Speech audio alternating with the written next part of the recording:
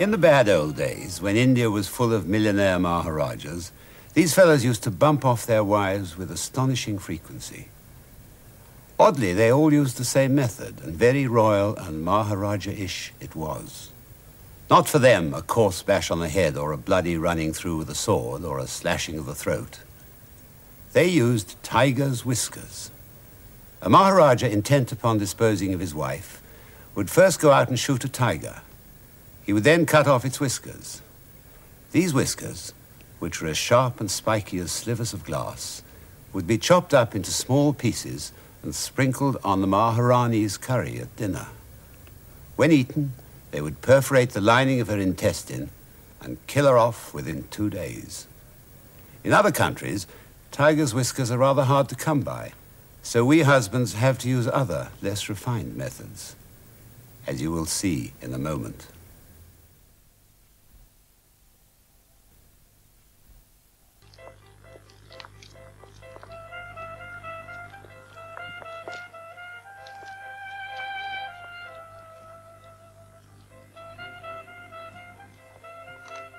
Bonsoir, Monsieur Burt. Bonsoir, Mavis.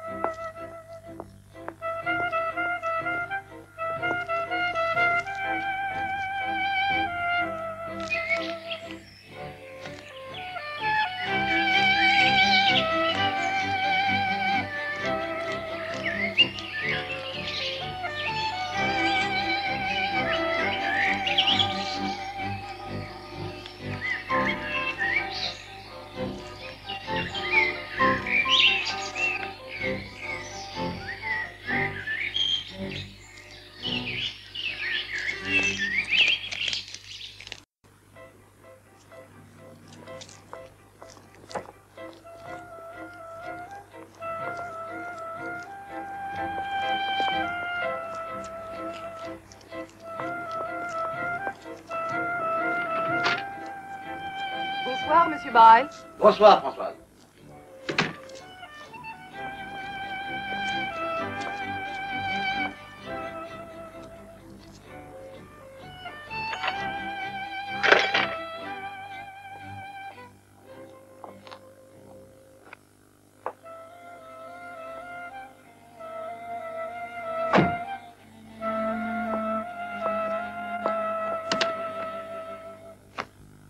Seriez-vous venu solder votre compte, docteur? Oh, n'ayez pas peur, John. Je crois me souvenir qu'au tout début, c'était pour aider pieusement un jeune drogué. La faculté s'opposait au sevrage lent et progressif. Votre jeune drogué a l'air de ne pas bien répondre à ce genre de traitement. Autant dire la vérité tout de suite. Les pauvres médecins que nous sommes sont tentés continuellement. J'en veux pour preuve votre taux de suicide très élevé. J'ai succombé à cette passion maladive. Vous ne m'apprenez rien. Entre nous, j'ai pris de gros risques pour vous. Jusqu'ici, je pense les avoir payés.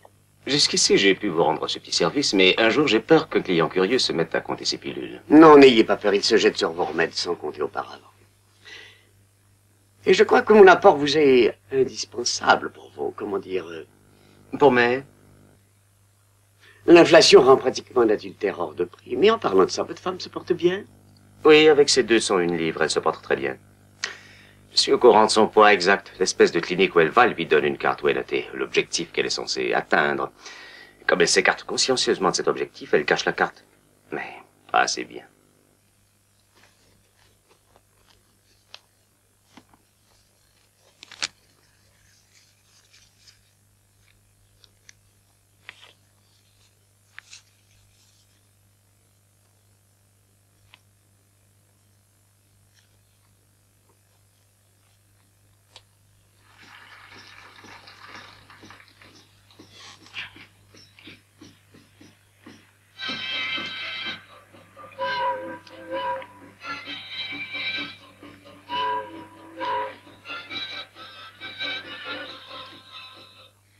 c'est pour ça que Georges fait semblant de ne rien savoir. Peut-être, mais si on découvre le poteau rose? Ça lui fera un immense plaisir. Oui, immense. Et Phyllis? Qu'est-ce qu'on pensera Phyllis? Phyllis ne pense jamais. Elle est trop occupée à penser à elle avant... Non! Dorec, tu débites ton texte comme si tu n'avais absolument rien compris. Quant à toi, Annie, Oui? t'as l'air de t'ennuyer. Il faut mettre du sentiment dans ce que tu dis. Phyllis, essayons de nous conduire comme de vrais adultes autrefois. L'avenir de nos enfants est en jeu. Si, bien sûr, mais je suis sur la défensive à ce moment-là. D'accord, mais il faut être agressif quand même. Allez-y, les enfants. Et la copie magnifique? Ça lui fera un immense plaisir. Oui, immense. Les femmes sont toutes des affreuses. Tu es la reine des affreuses. Les hommes ont une certaine pudeur, moi le premier. Mary est ta meilleure amie. Et voilà que tu la traites de cocu magnifique. Ça nous est précieux qu'elle croit toujours à mon amitié envers elle. C'est pour ça que Georges fait semblant de ne rien savoir. Toi, dans ton fort intérieur, qu'est-ce que tu penses d'elle? C'est un vrai porc. Et Phyllis? Un vrai. qu'on pensera Phyllis? Vrai. Phyllis ne pense Vrai. jamais. Elle est bien trop Porc. occupée à penser à elle avant de penser au Pour la reste. peser, il faut prendre une grue de 100 tonnes. Et encore, la pauvre pris sous le poids de ma très chère épouse. Attendez, serait-il possible d'avoir un peu de silence au balcon? Merci. Excusez-moi, Soyez sage là-haut. ça va bientôt être à nous. Oui, il faudrait que tu t'apprêtes. J'aimerais relire mon texte en vitesse avant de commencer. D'accord, Annie. Merci, vous êtes gentil. Y a pas de quoi. Tu viens? Je fais jamais de dernière lecture. Tu peux en faire autant, Dorec. Merci beaucoup. Comme sa forme l'indique, il s'agit d'un sifflet. Si je le porte à ma bouche, il va émettre un sifflement. Le sifflet de modèle courant est formé de deux parties distinctes. Vous avez ce qui s'appelle le corps du sifflet, c'est-à-dire la partie qui va de l'extrémité du sifflet jusqu'à cet endroit. Là se termine le corps du sifflet. Et c'est là que nous trouvons le bec, situé dans le prolongement du corps. Quand vous soufflez dans le bec, l'air passe dans l'ouverture en biseau et le son...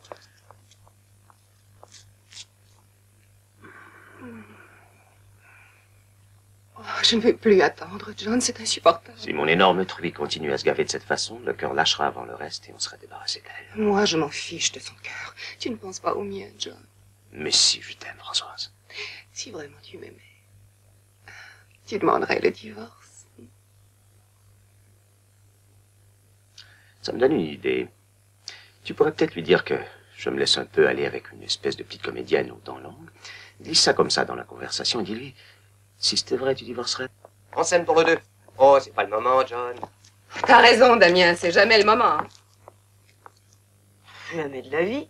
Ce n'est qu'une supposition. Il y a probablement rien de sérieux, rien de définitif, néanmoins. Supposons que John parte avec une autre, qu'il te laisse tomber pour cette fille-là. Qui sait? Oh, si je le savais, je te le dirais. Non, il s'agit simplement d'une toute petite rumeur. Il partira jamais.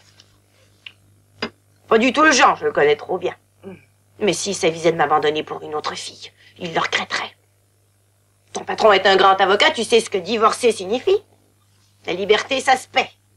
S'il voulait divorcer, je lui prendrais tout et même plus. Je peux t'affirmer que sa petite putain et lui, et encore, je suis poli avec elle. Ben, il couchera à l'armée du salut.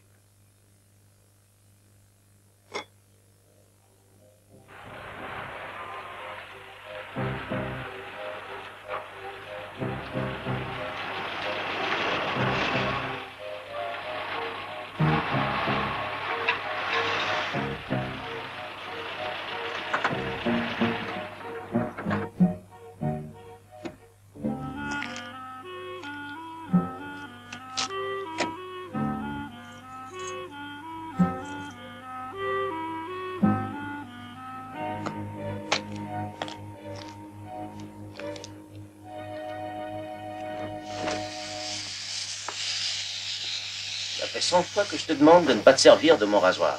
Ça bouge la tête. Ah ben, paie-moi un pour moi toute seule, puisque t'en vends. En fait, tu m'as apporté mes sucres d'orge. Bien entendu.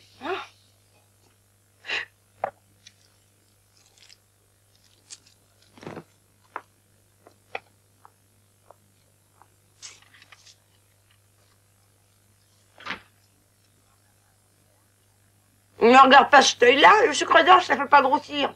Il y a presque pas de calories, c'est du glucose. Les boulimiques sont pires que les alcooliques. Ils se trouvent toujours des excuses. Je regrette, je suis pas une comme tu dis. Chez moi, c'est un problème de métabolisme. Ce qu'il faut pas entendre. Les répétitions, ça a été. Ni bien ni mal. Ma partenaire ne savait pas son rôle. Il y a combien de filles dans cette pièce? Oh, en plus de Françoise, il y a Il y a la blonde, tu sais, tu l'as vue au cinéma, dans ce mauvais film d'horreur. Et il y en a une qui a une grosse poitrine, ce qui la dispense d'avoir le moindre talent, d'ailleurs. Un côté amusant, j'en conviens, mais ce ne sera jamais une comédienne, j'en ai peur. Ce métier ne s'apprend pas en une minute. C'est le côté amusant de cette fille qui m'inquiète le plus. Comment ça? Si t'avais envie de faire des folies, ce serait pas pour la grosse poitrine, surtout, mais pour le côté amusant. Voyons.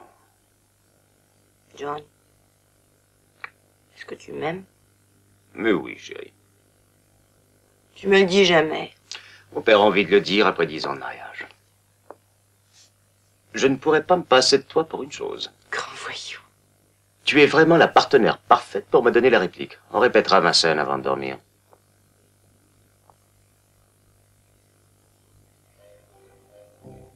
Mais tu ne peux pas nier qu'avec moi, la vie a un tout autre caractère.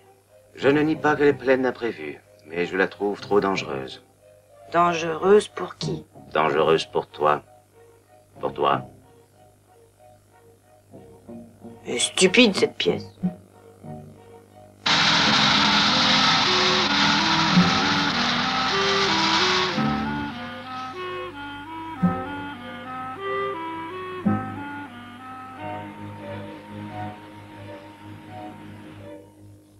Cette discussion mériterait d'être tenue devant un bon dîner. C'est aussi mon avis. Peut-être même dans un petit salon avec des flots de champagne. Sans un sou.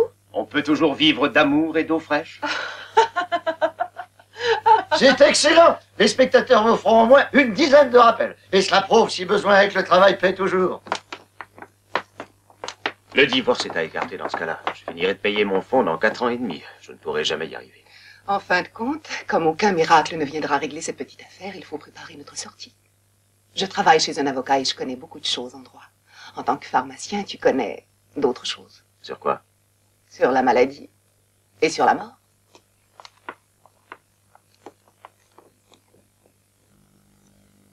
Merci.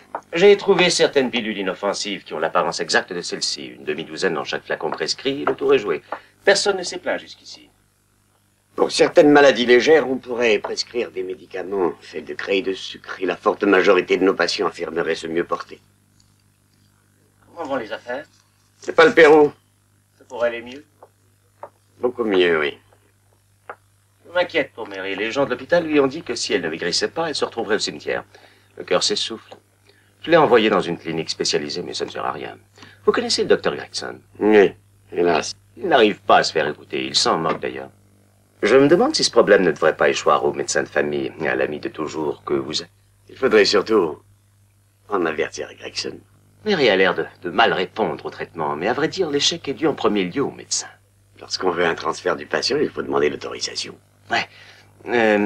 N'existerait-il pas d'affinité, toute proportion gardée, entre les boulimiques et les autres intoxiqués? Vous pourriez analyser son cas, à travers le vôtre, et faire pour Mary ce que Gregson ne pourra jamais réussir. J'ai l'impression que vous avez besoin de moi. Ça se pourrait.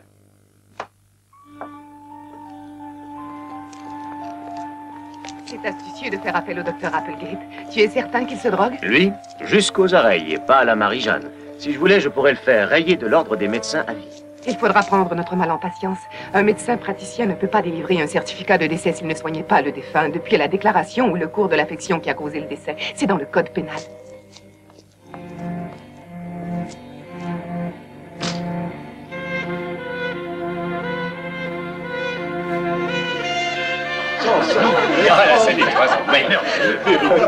C'est un moment fantastique, John. Merci, Ça fait des merveilles. Tu devrais travailler à l'opéra, c'est incroyable. Une minute de silence. La voilà. Bonsoir, superstar. Bravo, bravo. Oh oui,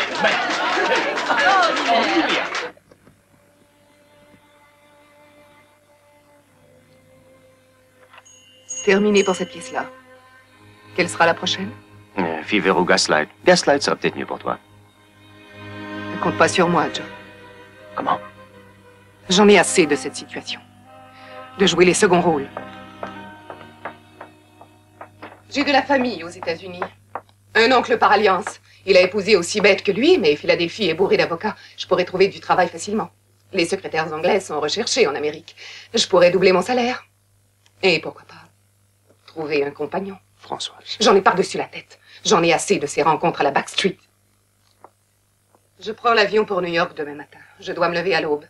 Je suis passée voir Mary pour lui faire mes adieux. Les bêtes se trouvaient là. Je suis restée fidèle au personnage de l'ami sincère et fidèle. Ça aidera peut-être un peu. Un peu à quoi? À ce qu'il faut que tu fasses absolument, John. Si tu veux encore de moi. On abat des tas d'animaux tous les jours. Est-ce que tu vas avoir la force de tuer ce porc-là? Je sais plus ce qu'il faut faire. Rejeter la voiture dans une rivière et m'en aller en laissant Mary dedans? Et il ne faut pas que ça déclenche une enquête de police. Applegate doit être en mesure de certifier que le décès est dû à une cause naturelle. J'ai résolu le problème. Il était temps, John. De quelle façon? Il vaut mieux que tu l'ignores. Envoie-moi un télégramme. Profond regret de vous apprendre. Et n'oublie pas. C'est la seule condition. Je le ferai, Françoise. Je te le promets. Je t'aime, tu sais. Oh, moi aussi, John. Mais je t'oublierai. Si tu ne fais pas...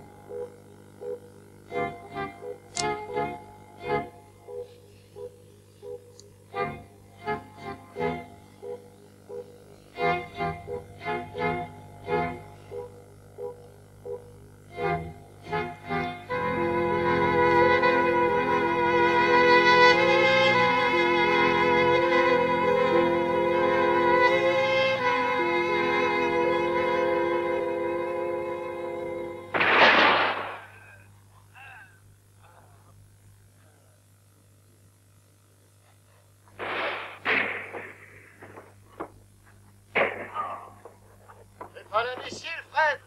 Sors de là, mets en l'air! Je ne le redirai pas 2 fois!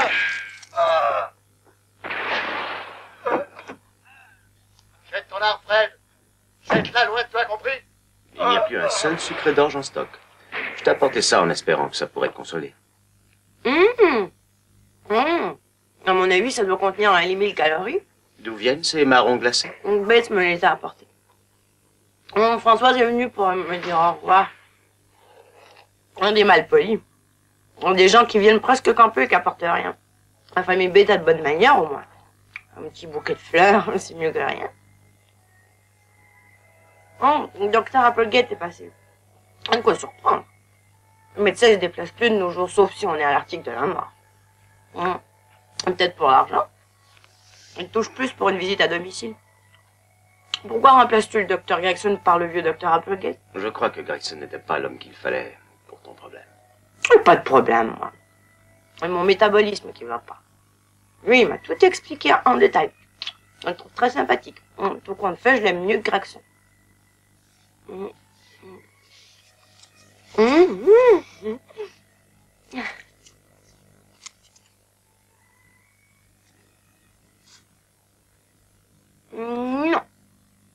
Je vais garder les chocolats pour demain, ils sont trop beaux.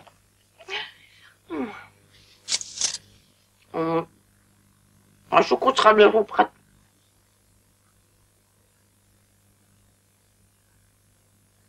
Bonsoir, Monsieur Bird. Bonsoir, Mavis.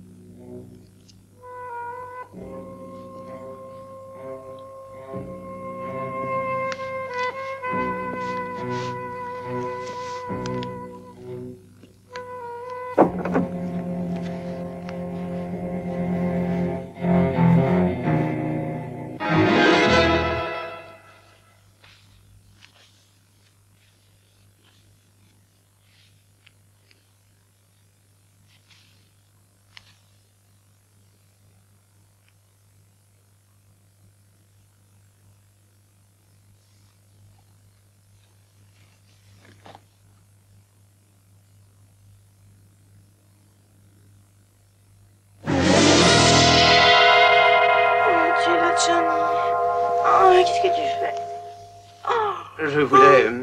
Je voulais enlever une saleté. Oh, tu n'as pas apporté les sucres d'orge? Non, j'ai appelé 5 ou 6 de mes fournisseurs habituels, mais aucun n'en a. Eh ben, c'est formidable. Oui, ce que m'a dit Ron Applegate n'aura pas servi à rien. De quoi tu parles? L'envie de manger continuelle, ce n'est pratiquement qu'une question de volonté. Oh, bien sûr, il y a le métabolisme, comment il appelle ça déjà? C'est pas un mot courant, faudra que tu lui demandes. En tout cas, il suffit d'avoir de la volonté. La volonté d'être mince, tout d'abord. Oh, je n'ai jamais été croyante, personnellement, mais j'ai subi comme une espèce de conversion. Il m'a converti, Johnny. Une pâle lueur éclaire les ténèbres. J'ai repris le chemin de la clinique. Tiens, ils m'ont fixé un objectif. Attends, voilà. C'est mon objectif. Je dois perdre 3 livres par semaine. Et je vais les perdre. Je dois faire ça pour mon bien, aussi pour toi. C'est ce qui importe, Johnny. J'ai mis toutes tes saletés à la poubelle, les biscuits, les marrons glacés et tout le reste. T'as acheté la boîte de chocolat que je t'avais apportée. Je l'ai payé cher pour rien. Oh non, non, non, non, non, pas pour rien. J'en ai fait cadeau à Françoise. Elle est partie hier soir pour New York. Non, il y avait une grève à l'aéroport de Londres. Les départs ont tous été retardés jusqu'à cet après-midi. Je lui ai offert la boîte de chocolat pour le voyage et en ce moment même, elle doit s'en régaler dans l'avion. Pour moi, l'affaire est classée. Je ne ressens ni envie ni regret. Je m'en fiche totalement de ces chocolats. Je ne pense qu'au merveilleux repas que je vais te préparer. Carottes râpées, laitue au citron, fromage blanc à 0%. Je vais devenir mince comme un fils. Je suis sûre que tu vas me redire